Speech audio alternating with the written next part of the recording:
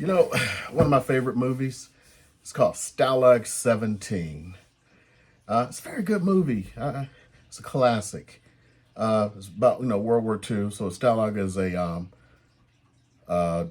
POW camp in Germany for Allied prisoners. So it was a Luft Stalag. So it was run by the Luftwaffe. A lot of people don't realize that during World War II, the Luftwaffe, they actually did the right thing. They weren't, like the Gestapo or the SS or any of that stuff. Regardless, so here's the thing. There's this part in the movie where a guy gets a letter from his wife. He's in POW camp in Germany. And the wife is like, guess what?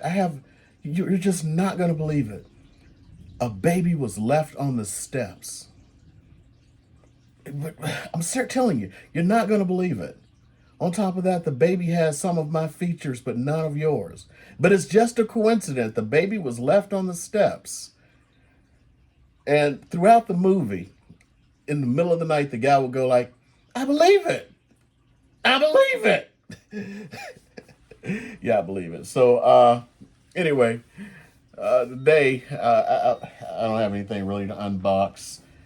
I was going to say, all those things. I still have not gotten the $5 back from Amazon from that video that I did where they said I was going to get $5 back for the broken stuff. Yeah, ain't got it. The Moscow Mule mugs, still sure I'm supposed to return them. I have to check to see if I received a thing. I'm so glad I do this to CYA. You know why I do this stuff for CYA? Because you have to cover your ass. Even today, without mentioning the folks, some training I paid for disappeared again. And they're always asking for proof. It's like, oh my God, you got to go back and look for proof and stuff. Well, I started documenting stuff like this. I remember I was stationed in Japan. I didn't want to buy an iPod, so I bought another MP3, which was actually pretty expensive. It was like $250. What was so funny is I wanted it because it had all these accessories and stuff with it. I bought it at the Base Exchange. Well, anyway, most of the stuff and the good stuff wasn't in the box. So I look back. So I actually go to the website because actually it wasn't on the box. The stuff was in there. It was on their website. Go to the website. I'm supposed to have all this stuff. So for some odd reason, I don't know why. This is where this started from, and it was a lucky thing. I did screenshots of the website and everything I was supposed to get. Not anticipating anything. So I called the company up. Got to spend all that time calling from Asia to the U.S. Get a hold of somebody. And he goes, oh, that stuff doesn't come in there. And I'm like, it shows on your website that stuff is in there. He goes, hold on, wait a second. Let me go take a look. He comes back and he goes, no, I'm looking. There's nothing on the website. So I pull up the website and it's like all the shit's gone. See, it's always been that way. It's nothing on the website. I went like, hold on one second. Okay, so here's how this shit's gonna go, bro. Right before I made this phone call, I made screen caps of the website. When I said, hold on a second, I made screen caps of the website. And by the way, they're time stamped, so you can see on the computer when shit happened. And we can also see when this phone call's happening. I can't remember if I taped the phone call or not. I may have. And he's like, you have, yeah, I have proof of that just a few minutes ago that what I said existed and now it doesn't after you saying that it's been that way. The guy's like, oh. I'm seriously like, you caught me changing the website to say what I wanted it. And he, the next words out of his mouth. What's your address, sir? We'll send these things to you. That's why I do this, because too many people pull this shit all day long. Well, anyway, today I don't like to talk about politics. I hate both parties because they're not doing anything for the American people. But today is the gift that keeps on going. Mr. George Santos, if that even is his GD name, So first of all, he claims that he's Jewish, and then he claims, no, I'm Jewish. He had no grandparents who died in the Holocaust. Okay, whatever. Claimed he was owned all this crap he ain't owned. I mean, he was working for a telemarketing scheme or whatever. Now today, if someone said he's a drag queen, of course he denies it.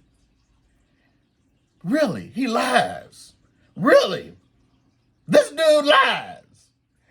Until he was presented with the evidence and photos of him being a drag queen.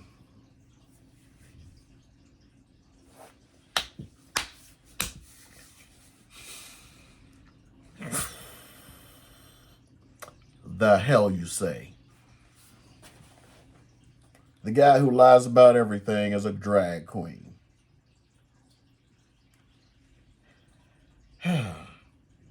He's gay, married to a man, but a couple of years ago he was married to a woman. He owes hundreds of thousands of dollars to all these people.